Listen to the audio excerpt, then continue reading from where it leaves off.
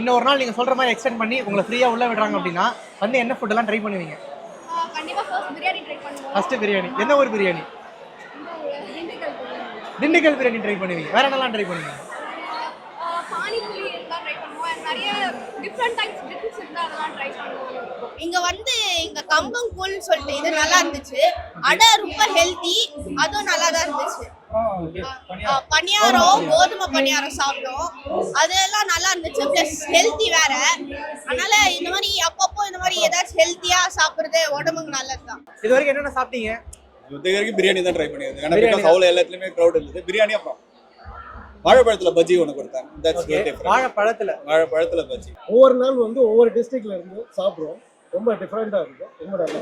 ரொம்ப வருஷம் கழிச்சு நீங்க இங்க வந்து சாப்பிட்ட டிஷ் என்ன சார்? புட்டு. புட்டு. புட்டு என்ன புட்டு சார் இது? இது வந்து கோதுமை சம்பா கேழ்வரகு. ஓகே. ரொம்ப டேஸ்டா இருக்கு. கம்பு புட்டு. இப்போ இங்க சென்னையில சாப்பிடுற பிரியாணிக்கும் அந்த ராணிப்பேட் பிரியாணிக்கு என்ன வித்தியாசம் இருந்துச்சு?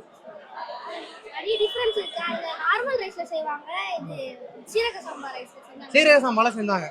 உண்மையாவே சென்னை பிரியாணி விட அந்த ராணிப்பேட் பிரியாணி டேஸ்டா இருக்கா? ஆனா இதுக்கப்புறம் சென்னையில தான் வாழ்ந்தாகணும். தமிழ்நாடு கவர்மெண்ட் கூட நல்லா இனிஷியேட்டிவ் எடுத்திருக்காங்க. இன்னொரு என்னன்னா, இது நல்லா அட்வர்டைஸ் பண்ணியிருக்கலாம். ஆனா அட்வர்டைஸ்மெண்ட் பண்ணாமலே இவ்வளவு பெரிய கூட்டம் வந்ததா இங்க ஆச்சரியமா இருக்கு. ஆம்பூர் வந்து பிரியாணி ஃபேமஸ். ஓகே. ரேட் கொஞ்சம் கம்மியா இருக்கிறதுனால வரவங்க அதுல கூட லைக் பண்றாங்க. அது ஒண்ணு. அடுத்து வந்து இப்ப நம்ம ஒரு ஹோட்டல் போனோம்னா ஒரு பர்டிகுலர் பிரியாணி தான் கிடைக்கும். வர இந்த ஃபெஸ்டிவல்ல வந்தா ஆம்பூர் பிரியாணி இருக்குது, எல்லா பிரியாணியும் கோயம்புத்தூர் பிரியாணி. ஸோ அதுக்காக சென்னை பிரியாணிக்கு கோயம்புத்தூர் பிரியாணிக்கு என்ன டிஃபரன்ஸ் இருக்கு? இங்க சென்னை பிரியாணி விற்கிறாங்க, கோயம்புத்தூர் பிரியாணி விற்கிறாங்க, அவ்வளவுதான்ல. நானும் சொல்றேன், நீ ஆமான் தலையாட்டி மாட்டி விடுற பத்தியா? நீங்க சொல்லுங்களேன், ரெண்டு ஊர் பிரியாணிக்கு என்ன டிஃபரன்ஸ் பாக்குறீங்க?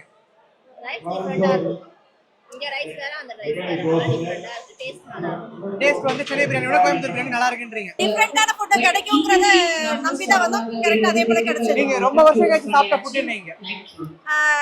கூழ், கம்பங்கூழ். இது வின்டர் டைம்ல சாப்பிட முடியாதுல. Only summer, yearly once summer மட்டும் தான் சாப்பிடுவோம். இது இப்ப கிடைச்சிருக்குல்ல, இன்னும் கொஞ்ச நாள் ஆகும் அடுத்து சாப்பிடுறதுக்கு. சாப்பாடு மட்டும் இல்ல, அதாவது இங்க வந்தப்ப ஒரு ஏதோ ஒரு ஃபெஸ்டிவல் வந்த மாதிரி, கிராமத்துல போய் ஒரு ஃபெஸ்டிவல் அட்டெண்ட் பண்ண மாதிரி இருக்கு.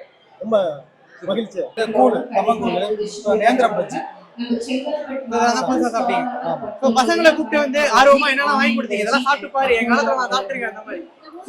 எங்க மெனூஸ் தான். இல்ல இன்னும் எனக்கு நிறைய வாங்கணும். ஆனா கூட்டம் அதிகமா இருக்கு. கூட்டம் அதிகமா. உங்க பையன் சொன்ன மாதிரி இன்னும் கொஞ்சம் பெரிய இடம் நிறைய இடத்துல வந்து ஸ்டாக் அவுட் ஆயிடுச்சு. ஸ்பேசியஸா இல்ல. ஸ்பேஷியஸா இல்ல. ஸ்டாக் அவுட் ஆயிடுச்சு நிறைய இடத்துல.